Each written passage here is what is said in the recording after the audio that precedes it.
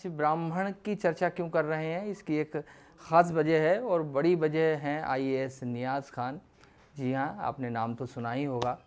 हम उन्हीं आईएएस की बात कर रहे हैं जो एक सख्त प्रशासक होने के साथ साथ संवेदनशील लेखक भी हैं। 7 किताबें उनकी आ चुकी हैं, ये 8वीं किताब है। उनके विषय थोड़े अलहदा होते हैं और इसीलिए उनकी एक जो नई किताब है उसका नाम है ब्राह्मण द ग्रेट। क्या है इस ब्राह्मण द ग्रेट में और आखिर क्यों इसको लिखने की आवश्यकता महसूस हुई, क्या ये अनिवार्यता है, क्या ये उपयोगिता है, क्या ये आज की आवश्यकता है, इन तमाम पहलुओं पर हम उनसे बात करेंगे। बहुत स्वागत है सर आपका। Thank you very much. Sir, पहला सवाल तो वही होगा, आप बताते भी आए होंगे कि आखिर ब्राह्मण द ग्रेट क्यों? देखिए, ये एक अजीब सा ही इत्तेफाक है मेरे लाइफ में कि 1.5 साल पहले मैं सोच नहीं सकता था कि इस तरह कोई किताब मैं लिखूंगा अपने कौम से, अपने मजहब से बाहर जा कर के। पर कुदरती कैसे मेरे मस्तिष्क में आया, मुझे लगता है चाणक्य जी से काफ़ी मैं प्रेरित था 30-35 सालों से, और बहुत पढ़ा है चाणक्य जी के बारे में। और फिर और से ब्राह्मणों के जो दूसरे भी महान कैरेक्टर्स हुए हैं, दधीची जी को ले लो, परशुराम जी, एक बड़ा उनका मुकाम भगवान परशुराम जी का। कृष्ण जी के परम मित्र थे सुदामा जी। सादगी देखिए, चाहते क्या नहीं मांग सकते थे बेचारे कृष्ण से, लेकिन उन्होंने एक गरीबी में रह के जीवन जिया जो एक सिंप्लिसिटी लोगों को दिखाई। इसके अलावा जो वेदों की संरचना कंपोज किए गए सारे वेदास करीब 3000 साल के पहले के 2500-3000 साल पहले कंपोज हुआ। उसके अंदर प्रकृति पे फोकस किया, सभी जीवों के बारे में कल्याण की बात की गई, पशुओं की बात की गई, गाय माता की बात की गई। तो मुझे लगा कि एक ब्राह्मण भारत के पूरे इतिहास में सेंटर पर हमेशा ही रहे हैं, और भारतीय संस्कृति, सभ्यता, हमारी मर्यादाएं, आचार विचार, यहाँ का दर्शन, सब कुछ ब्राह्मणों के इर्द गिर्द घूमता है। तो मुझे लगा कि क्यों ना इस आधुनिक युग में जब भौतिकवाद आ गया, समाज तेज़ी से बदल रहे हैं, भौतिकवाद की ओर लोग बढ़ रहे हैं, धर्म की जो मजबूती पकड़ थी वो कमज़ोर हो रही है, तो क्यों ना एक भारत के इतिहास में देखा जाए, सनातन धर्म के इतिहास देखा जाए और ब्राह्मणों का रोल क्या रहा वो देखा जाए।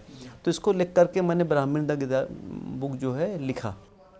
सर, ये फिक्शन है क्या, नंबर 1, और नंबर 2, क्या ये अगर नॉवेल है तो इसमें कोई कैरेक्टर होंगे, तो कैरेक्टर्स के ज़रिए हमने ब्राह्मणत्व या ब्राह्मणवाद बताने की कोशिश की है कि कोई एक इसमें एक ये लीड कैरेक्टर इसका नाम ये है या ये कैरेक्टर इसका नाम ये है, उससे कहानी आगे बढ़ती है, क्या है इसमें? क्या आपने बहुत अच्छा प्रश्न पूछा है। मेरे ख्याल से ये उत्सुकता तो लोग, देखिए ये जो है ये वर्क ऑफ फिक्शन है, एक कहानी है, लेकिन इसको रियलिस्टिक फिक्शन कह लीजिए, क्योंकि जो घटित हो रहा है या जो पास्ट में जो हुआ है उनमें कंपैरेटिव स्टडी है और एक सामने मिशन बताया जा रहा है ब्राह्मणों के लिए, मिशन करना क्या है।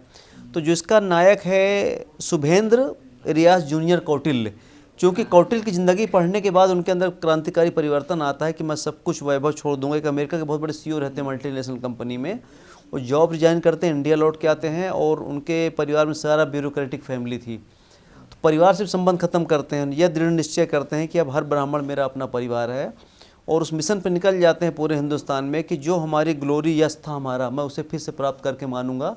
और हर ब्राह्मण जो भौतिकवाद के दायरे में आ चुका है और समाज जो विकृत तेज़ी से हो रहा है, इन सब से संघर्ष करके मैं पुनः पुराने मूल्यों को स्थापित करूंगा, जहां घर घर में वेद पढ़े जाएंगे, जहां पूरे कल्याण की बात होगी, अहिंसा की बात होगी, देश प्रेम की भावना होगी। और यह कैरेक्टर सेंट्रल कैरेक्टर है नावल का। पूरी स्टोरी शुभेंद्र जूनियर कौटिल्य के आसपास घूमती है, जो एक हाथ में एक बड़ा मिशन लेके रखा हुआ है। मिशन ही है उसका देश कल्याण, ब्राह्मणों की जो अचीवमेंट था, एक इतिहास के अंदर बड़ा अचीवमेंट था, उसको याद दिलाना, और याद दिला के क्या उनके वैदिक कर्तव्य हैं, क्यों धरती पे भेजे गए हैं, उन्हें क्या रोल प्ले करना है, उसका दायित्व सौंपना जाता है, और खुद के लिए सब कुछ अपना बलिदान कर देता है। सर, इसमें एक तो जूनियर कौटिल्य तो हो गए, इसमें और भी लोग हैं जो किसी से प्रेरित हों, दधीची से प्रेरित हों जिन्होंने हड्डियां दे दी अस्त्र बनाने के लिए, या परशुराम से प्रेरित हों जिन्होंने क्षत्रियों का संहार किया है यहाँ पे, तो ये क्या और भी कैरेक्टर इसमें शामिल होंगे या सिर्फ जूनियर कौटिल्य पूरी कहानी को लेके आगे बढ़ते हैं? इसका तो इंस्पिरेशन तो कोई शक नहीं कि कौटिल्य जी से बहुत प्रभावित रहा हूँ, तो ओरिजिन तो वहाँ से हुआ। इसके अलावा जिक्र सबका मिलेगा आपको, जिक्र सबका मिलेगा कि इन्होंने क्या क्या इतिहास में किस किस ने किया। बहुत से आपके ब्राह्मणों के नाम आएंगे उसके अंदर कि जिन्होंने क्या क्या कब कब क्या क्या किया। यहाँ तक कि जब मुस्लिम शासक आए तो पुनरैया ब्राह्मण टीपू सुल्तान के इतने बड़े एडवाइज़र रहे हैं वो। और अहमद आपके हैदराबाद के निज़ाम, जब वहाँ शंकराचार्य पे बड़ा संकट आया तो उन्होंने उसको संरक्षण दिया, और संरक्षण नहीं बल्कि उन्होंने बहुत से ऑर्डर निकाले कि जो भी शंकराचार्य कहेंगे वो लॉ का उस पर इफेक्ट होगा। तो मेंशन तो सबका है, सारी चीज़ों में मेंशन मिलेगा आपको।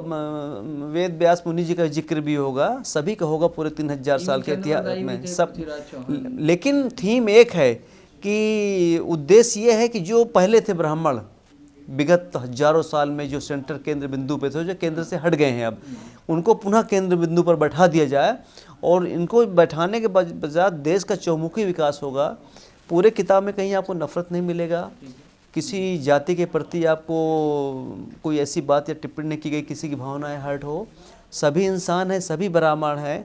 मैसेज ये है कि ब्राह्मण को केंद्र बिंदु पर रख करके, बड़ी जवाबदारी दे करके, उनके दिमाग का मैक्सिमम उपयोग करके, और इस हिंदुस्तान को और कैसे शक्तिशाली बनाया जाए। जिस प्रकार से चाणक्य ने चंद्रगुप्त मौर्य के सहयोग से एक बड़ा एम्पायर खड़ा किया था, वैसे ही ब्राह्मण के उपयोग से पुनः भारत को हम एक बड़ा राष्ट्र सुपर पावर बना सकते हैं।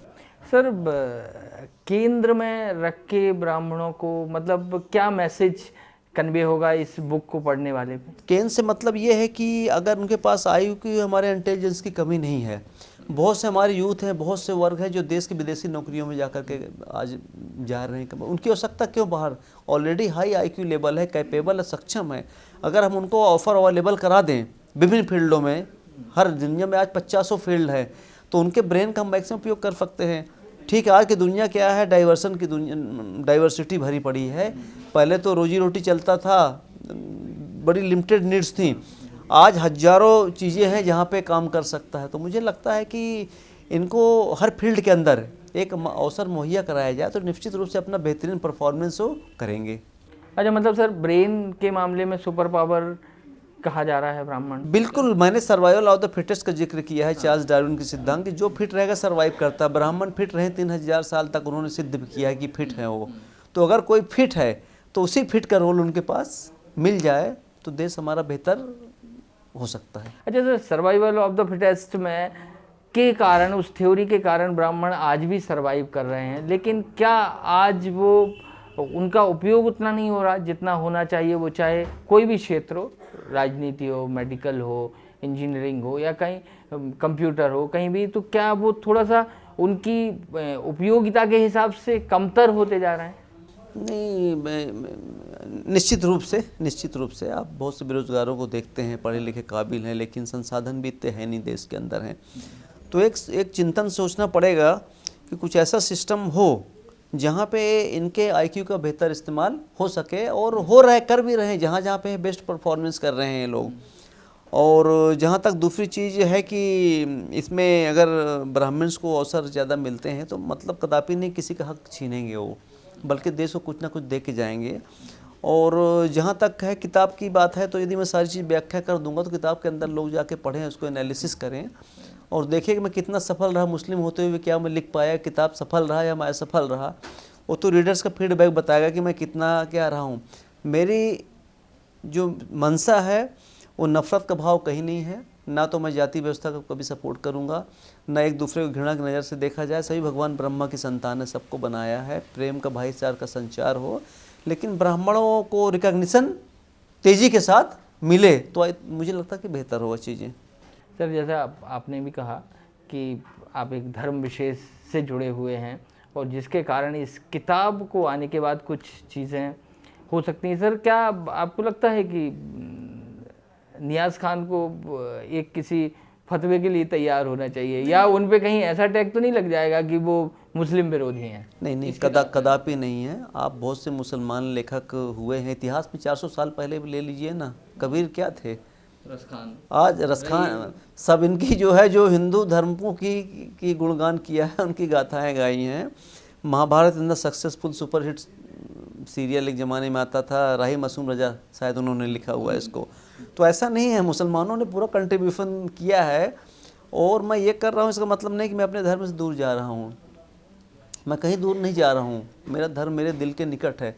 मैं तो चाहता हूँ कोई धर्म, हर धर्म प्रेम मोहब्बत भाईचारे का संदेश देता है। हिंदू भी भाईचारे का संदेश देते हैं, ब्राह्मण के पास और इम्पोर्टेंट रोल प्ले करने का, उनके कारण और भाईचारा बढ़ेगा। तो कहीं किसी ऐसी ना तो विरोध का कुछ है ही नहीं। अगर कोई विशेष इम्पोर्टेंट तो आप कह रहे हो इम्पोर्टेंट है, बस इतना तो है। आप ना तो जातिवाद का मेरे ऊपर आरोप लगा सकते हो, या मैं किसी को बढ़ा रहा हूँ किसी को घटा रहा हूँ, या मैं कोई इस्लाम के खिलाफ बात कर रहा हूँ। आपको उस किताब में ऐसा मिलेगा नहीं। देश प्रेम की, देश के विकास की बात होगी, ब्राह्मणों को सेंटर पॉइंट पे रख के। सर तो मतलब ऐसा तो नहीं है कि आरक्षण के रिव्यू की बात हो कि एक वर्ग विशेष की बात है तो ब्राह्मणों को वहाँ आना चाहिए, तो वो किसी पॉलिटिकल बयान पे मैं नहीं दूंगा। मैं राइटर हूँ, ऑथर हूँ, मेरी किताब अब आने वाली है, लोग पढ़ें, मुझे फीडबैक दें, लेकिन मैं कोई होता भी नहीं, मेरी सीमाएं बंधी किताब तक। किताब के बाहर जाकर कोई कमेंट करना मुझे उचित नहीं है कि मैं कोई कमेंट पास करूं देश के सिस्टम पे या उनके हालात पे। मेरी किताब लोग पढ़ें, रिव्यू करें, अपने विचार मेरे को लेके, बस इतना ही मेरा रोल है। मैं कोई रिफॉर्मर नहीं हूँ पॉलिटिशियंस की, मैं कोई खुद या जूनियर कौटिल में खुद नहीं हूँ कि मैं निकल पड़ा हूँ इनके मिशन पे। नायक है मेरा जूनियर कौटिल का उद्देश्य, लोग पढ़ें उसको व्याख्या करें, बाकी सिस्टम पे कोई कमेंट नहीं कर पाऊंगा मैं। सर 2-3 चीज़ें और पूछूंगा, वो चूँकि उनमें ब्राह्मण जुड़ा हुआ है इसलिए, और आपकी किताब का नाम ब्राह्मण द ग्रेट है इसलिए। सर एक मोहन भागवत का बयान आया था कि पंडित ब्राह्मण, मैं पंडित कहा है, ब्राह्मण नहीं कहा, जो वर्ण व्यवस्था की बात हुई है, इत्तेफाक रखते हैं सर? देखिए, मैं उस पर बहुत ज़्यादा उधर ध्यान नहीं देना चाहता मैं, क्योंकि मैं तो 1.5 साल से किताब पे काम कर रहा हूँ। मेरा थीम, मेरा उद्देश्य सब कुछ अलग है, और जो पूरा हो गया है मेरा, बस किताब पर मार्केट में आनी है। भागवत जी का बहुत सम्मान करता हूँ, मैंने ट्वीट भी किए 1-2 बार जब उन्होंने देश की एकता की बात की है, और इस कंट्रोवर्सी से मैं नहीं जुड़ना चाहूँगा। उनके अपने विचार, अपने स्टैंड है, मेरी किताब है, मैं किताब को लेके बातें कर रहा हूँ सारी की सारी। मैं इन दोनों से कोई रिलेशन नहीं रखता, और ना तो इस तरह किसी कंट्रोवर्सी में जाना चाहता हूँ। मैं तो अपनी किताब की बात कर रहा हूँ, रीडर्स पे है, उसको पढ़े, एक्सेप्ट करें या ना एक्सेप्ट करें, रीडर पे है वो। अभी किताब मार्केट में है ही नहीं, जब तक किताब मार्केट में नहीं आएगी, कंटेंट बाहर नहीं है। अभी तो किताब कोई कंटेंट ही बाहर नहीं है। सर इसका इनपुट कहाँ से लिया है? 4 वेद हैं, 18 पुराण हैं, 108 उपनिषद हैं, जिनमें ब्राह्मण की व्याख्या भी की गई है। कहाँ से इसका इनपुट? देखिए, सब पढ़ा मैंने। एक तो होली वेदास पढ़ा, बड़ी अच्छी ग्रिफिन की किताब है, बहुत शानदार, 4 वेदों का है उसमें। तो वो बड़ा मुझे पर्यावरण को खासकर जो आज बातें चल रही हैं, क्लाइमेट कैटास्ट्रॉफी उसको कहेंगे अपन, जो पर्यावरण के विनाश की बात चल रही है, इसका सोल्यूशन वेदों के अंदर दिया गया है। पशुओं के प्रति शाकाहारी की बात होती है, वेजिटेरियन की बात है, या पशुओं के प्रति प्रेम की बात है, आपको उन शास्त्रों के अंदर मिल जाएगा। सभी मानव जाति का कल्याण हो, ऐसा नहीं कहता वेद कि केवल ब्राह्मणों का कल्याण हो, मानव जाति कल्याण की बात होती है। इसके अलावा साउथ इंडियन ब्राह्मण्स का भी मैंने अध्ययन किया, फिर नॉर्थ साउथ से मैंने कंपैरेटिव स्टडी किया। इसके अलावा मैंने बहुत ब्राह्मणों से बात की कि इनके इतिहास के बारे में एक ब्राह्मण कितना जानते हैं और उनके क्या धर्म को लेकर ओपिनियन, उसका अध्ययन किया मैंने। तो सारी चीज़ें जो है इनको मिला करके एक मेरे लिए, अब चूँकि मैं एक नॉन मुस्लिम हूँ और इसमें एक बुक लिखने जा रहा हूँ, तो मेरे पास तो इतना मटेरियल होना चाहिए कि मैं उस पर कॉमेंट कर सकूँ मैं। अच्छा सर, एक चीज़ और कि आपकी किताबों के साथ भी ये हुआ है कि थोड़ा सा विवाद भी पैदा हो जाते हैं। क्या इस किताब के आने के बाद कुछ इस तरह की समाज में चर्चा होगी, विचार होगा? चीज़ लेकर के आप आते हो तो डेफिनेटली हर व्यक्ति एक जैसे स्वीकार नहीं कर सकता है। कोई इसको पॉजिटिव में लेता है, कोई नेगेटिव में लेता है, कोई विरोध करेगा। तो हमारा लोकतांत्रिक देश है, मुझे राइट टू एक्सप्रेशन का अधिकार, मैं बोल सकता हूँ, लिख सकता हूँ, लोगों को पढ़ने का अधिकार है, विचार व्यक्त करने का अधिकार है, हम उनको रोक नहीं सकते। अच्छी बात है, अगर कोई सहमत है तो मुझे खुशी मिलेगी, नहीं भी सहमत तो मैं कहाँ कमी हूँ, मैं एनालिसिस करूँगा खुद अपने अंदर जा करके। इसलिए तो अच्छी बात है, डिस्कशन होता है अगर, और कोई आलोचना भी आप करता है, यदि आलोचना सही है तो उससे सीख लेना चाहिए। लेकिन सर आजकल तो विवाद सफलता की गारंटी बन गया है। नहीं, उस तरह की क्षणिक सफलता होती है, विवाद सत्य रहता है, केवल वो विवाद तो क्षणिक होता, आज है कल नहीं रहेगा। सत्य तो हमेशा इटर्नल ट्रूथ होता है ना, सनातन धर्म भी तो ही बात करता है, इटर्नल ट्रूथ, हमेशा सत्य ही रहेगा। अच्छा सर, आखिरी बात है कि इसका क्या मकसद है पूरे इस किताब का, और क्या फ़र्क आप एज्यूम करते हैं कि इसके बाद थोड़ा असर होगा तो इस तरह की चीज़ें ठीक होंगी, या इस तरह की व्यवस्था बन जाएगी, या इस तरह से लोगों के कम से कम विचार बिंदु में वो चीज़ बिल्कुल परिवर्तन आएगा। अगर सच्चे मन से आप किताब पढ़ते हो तो आप प्रकृति प्रति प्रेम करने लगोगे, आप वृक्षों का सम्मान करने लगोगे, नदियों का सम्मान करने लगोगे, भौतिक वस्तुओं आप कर्टेल कर दोगे, सिंपलिसिटी पे आप लौट आओगे, सत्यता पे लौट आओगे, करप्शन के बारे में करते होंगे जो तो सोचना पड़ेगा हम करप्शन क्यों कर रहे हैं। आपकी आई ओपनर किताब है जो एक अच्छा नागरिक बनाने में किताब आपको हेल्प करेगी, और आप बैठ के चिंतन भी करोगे कि दुनिया में आना जाना संपत्ति सब अछूत है, सारी चीज़ें, ये सब चीज़ें किसी काम की नहीं है। एक भारत, एक क्या है, एक विचार तो है, एक विचारधारा है, एक जनरेशन जाती दूसरा आती तीसरा, लेकिन जो धर्म शास्त्र हमारे धर्म है, वे ऑफ लाइफ है, ट्रेडिशन है, वो सब चलते चला जा रहा है, एक के बाद चला आ रहा है। तो किताब है फिक्शन रियलिटिक, लेकिन आपको एक हिंदुस्तान का एक बेहतरीन नागरिक बनना है, एक ईमानदार व्यक्ति जो प्रकृति की रक्षा करता है, भौतिक वस्तुओं प्रति जिसका मोह नहीं है, एक देश से अपने प्रेम करता है, वो सब इंसानों को साथ में कहीं ना कहीं एक मैसेज दे रहा है किताब बैकग्राउंड के, कि हमारा देश ही सर्वोपरि होता है और हमारा देश हम सब लोग हैं, और जहाँ प्रकृति जिस गोद में भारत माता के गोद में रहते हैं, धरती माँ की गोद में रहते हैं, उसकी इज्जत करना भी हमारा फ़र्ज़ है। तो कहीं ना कहीं 100% ये किताब शिक्षा देगी लोगों को। इस किताब के आने के बाद कुछ प्रशासनिक अड़चन दिक्कत किताब नहीं है, सब कोई लिख सकता है। हम राइट टू एक्सप्रेशन सबके पास, ऐसा नहीं कि मैं अफसर हूँ तो मेरे पास नहीं है और बाकी कोई व्यक्ति है। राइट टू एक्सप्रेशन सबके पास है, हर कोई बोल सकता है, लेकिन वो चीज़ नहीं बोल सकता जो देश के लिए हानिकारक हो। अगर एक साहित्य तो एक देश की सेवा, बहुत बड़ी सेवा है साहित्य। कितने लोग देश की साहित्य के माध्यम से सेवा कर पाते हैं। एक तरह से मैं नौकरी तो कर ही रहा हूँ शासन की, देश की साहित्य सेवा भी कर रहा हूँ मैं, तो ये मेरा एक एडिशनल काम है जहाँ मैं साहित्य की सेवा कर रहा हूँ देश के लिए। ब्राह्मण द ग्रेट, जिसमें कहानी कौटिल्य की होगी, जूनियर कौटिल्य, उसमें एक चरित्र है, कहानी उसमें दधीची की होगी, कहानी उसमें परशुराम की होगी, कहानी उसमें सुदामा की होगी। हम आपसे गुजारिश करेंगे कि आप भी पढ़िए ब्राह्मण द ग्रेट, शायद आपके मस्तिष्क के विचार के केंद्र बिंदु में शायद उसके कुछ बातें आ पाएँ और आपका जीवन शायद आपको लगे कि उससे और बेहतर हो सकता है। कैमरा पर्सन अनिल साहू के साथ अरुण तिवारी, द सूत्र, भोपाल। द सूत्र की खबरों को देखने के लिए प्ले स्टोर और एप्पल स्टोर से डाउनलोड करें हमारा ऐप द सूत्र। आप हमारी खबरें thesutra.com पर भी देख सकते हैं।